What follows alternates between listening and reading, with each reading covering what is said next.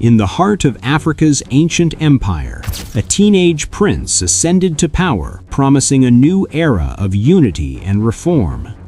But in just 3 years, he was branded a traitor, excommunicated, and overthrown in a coup that reshaped Ethiopia forever. Who was Lij Iyasu, the visionary integrator or the reckless apostate? Join us as we unravel the enigma of Ethiopia's uncrowned emperor. Welcome to this documentary on one of Ethiopia's most intriguing historical figures, Lij Iyasu, the designated emperor from 1913 to 1916. Born into a lineage of warriors and kings, Iyasu ruled during a pivotal time. World War I raged globally. Colonial powers eyed Africa hungrily, and Ethiopia stood as one of the continent's last independent nations. But who was this young man? At just 18 when he took effective control, Iyasu was grandson to the legendary Emperor Menelik II, victor of Adwa. Yet his brief reign was marked by bold reforms, shocking scandals, and a dramatic fall from grace. Today, we'll explore his life from historical records, eyewitness accounts, and modern scholarship. We'll see him not just as a villain in official narratives, but as a complex leader who sought to bridge divides in a fractured empire. Was Iyasu a progressive unifier ahead of his time, or an impulsive youth who endangered Ethiopia's Christian heritage? Let's journey back to the late 19th century to find out. He entered the world on February 4, 1895 in Dessie, the heart of Willow Province, a region known for its diverse peoples including Muslims, Christians, and Oromos. His full name at baptism was Kifle Yacob, but he would be known as Iyasu, meaning Jesus in Ge'ez, reflecting Ethiopia's deep Christian roots. His father, Ras Mikhael, was a powerful governor of Willow. Originally named Muhammad Ali and born Muslim, Mikhael converted to Christianity in 1875 to solidify alliances with Emperor Menelik II. This conversion was strategic, but it left a legacy of religious fluidity in the family. Iyasu's mother, Waizero Shuarega, was Menelik's eldest daughter from a previous union, making Iyasu the emperor's grandson. Growing up, he was immersed in court life. At a young age, he moved to Addis Ababa, the burgeoning capital founded by his grandfather. Menelik, who had no surviving sons, saw potential in the boy despite controversies over Mikhael's Muslim background. He received a traditional education in Ge'ez scriptures, horsemanship, and governance, but he also absorbed Wolo's multicultural influences, languages like Amharic, Oromo, and Arabic, and exposure to Islamic customs through his father's heritage. By his early teens, he was already showing signs of independence.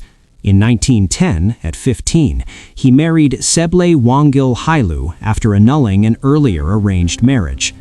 This personal life hinted at his later unconventional choices. But Ethiopia was changing rapidly. Menelik's health declined after strokes in 1908 to 1909, sparking a succession crisis. Colonial powers, Britain, France, and Italy, hovered, ready to exploit any weakness. Iyasu's upbringing in Wollo made him uniquely attuned to Ethiopia's diversity, unlike the more insular Shewan nobility. As Menelik lay incapacitated, the stage was set for Iyasu's rise. Emperor Menelik II's final years were chaotic. Paralyzed and unable to speak, he communicated through gestures while factions vied for control. His wife, Empress Taitu, maneuvered to install her stepdaughter Zewditu or allies like Ras Guksa well, but Menelik, fearing civil war or foreign partition, designated Iyasu as heir in May 1909. Why Iyasu? Other candidates were disqualified.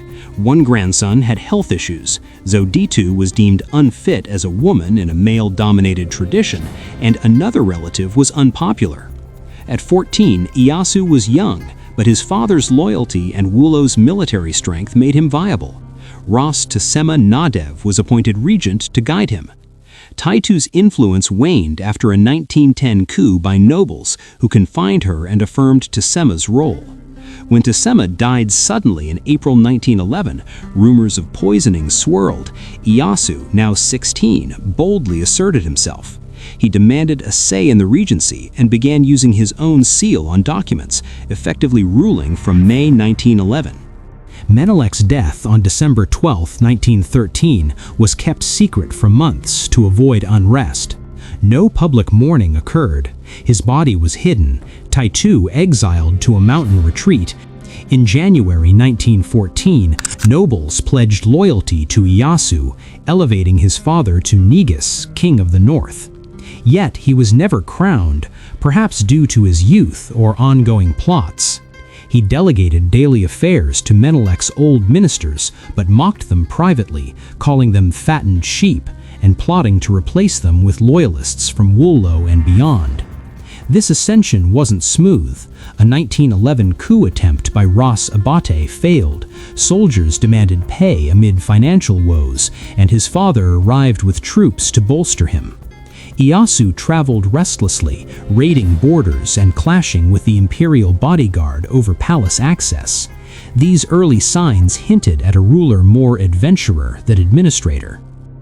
Once in power, he pursued modernization with youthful energy, continuing Menelek's legacy while adding his flair. He reformed the criminal code, introducing progressive elements like reduced corporal punishments. In Addis Ababa, he established the Terenbul Municipal Police, a modern force to maintain order in the growing city. But his reign wasn't all progress. Iyasu led brutal slave raids in the southwest in 1911 to 1912, capturing tens of thousands. Half perished from disease and hardship. This echoed imperial expansion, but clashed with emerging global anti-slavery sentiments. He was a wanderer, spending little time in the capital. He toured provinces, fostering alliances with peripheral groups like Afars and Oromos.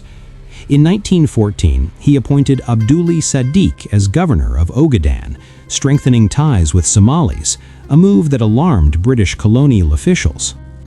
His personal style was unconventional. He married multiple wives from diverse backgrounds, including Muslim and Oromo nobility, symbolizing unity. Some historians, like those in The Life and Times of Lij Iyasu, argue this was a deliberate policy to integrate Ethiopia's Muslims, who made up a significant portion of the population but had been marginalized under Christian emperors. Yet balance is key.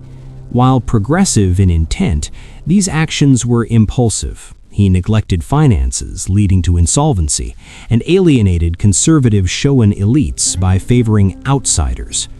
Eyewitnesses described him as charismatic but erratic, prone to depressions and egocentric decisions. In Harar, a multicultural hub, Iyasu thrived. He attended local events, dressed in regional attire, and invested in infrastructure like mosques in Diradawa and Jigjiga. To supporters, this was enlightened rule. To critics, it signaled dangerous shifts. Iyasu's reforms aimed to redress injustices against Muslims, but his methods were inconsistent. As World War I erupted in 1914, these policies took on global implications. No aspect of Iyasu's reign is more debated than his religious affiliations. Ethiopia's Solomonic dynasty claimed descent from King Solomon and the Queen of Sheba, with Orthodox Christianity as the state faith. But Iyasu, influenced by his father's background, openly engaged with Islam. Reports claimed he converted. He married 4 Muslim women, divorced his Christian wife, attended mosques during Christian holidays like Easter, and wore Somali turbans. In Harar, he read the Quran publicly, restored lands to Muslims, and allegedly declared, "If I do not make Ethiopia Muslim, I am not Iyasu." He gifted an Ethiopian flag embroidered with Islamic verses to a Muslim consul and traced his lineage to Prophet Muhammad instead of Solomon. These acts fueled outrage among Christian nobility and the Orthodox Church. He was accused of placing Ethiopia under Turkish, Ottoman, religious suzerainty. Iyasu never formally renounced Christianity. His actions may have been political, aiming to unify a diverse empire where Muslims felt oppressed post-Menelik's conquests. As Europe plunged into World War I, Ethiopia's neutrality became a battleground. Allies, Britain, France, Italy, pressured Iyasu to stay out, fearing instability.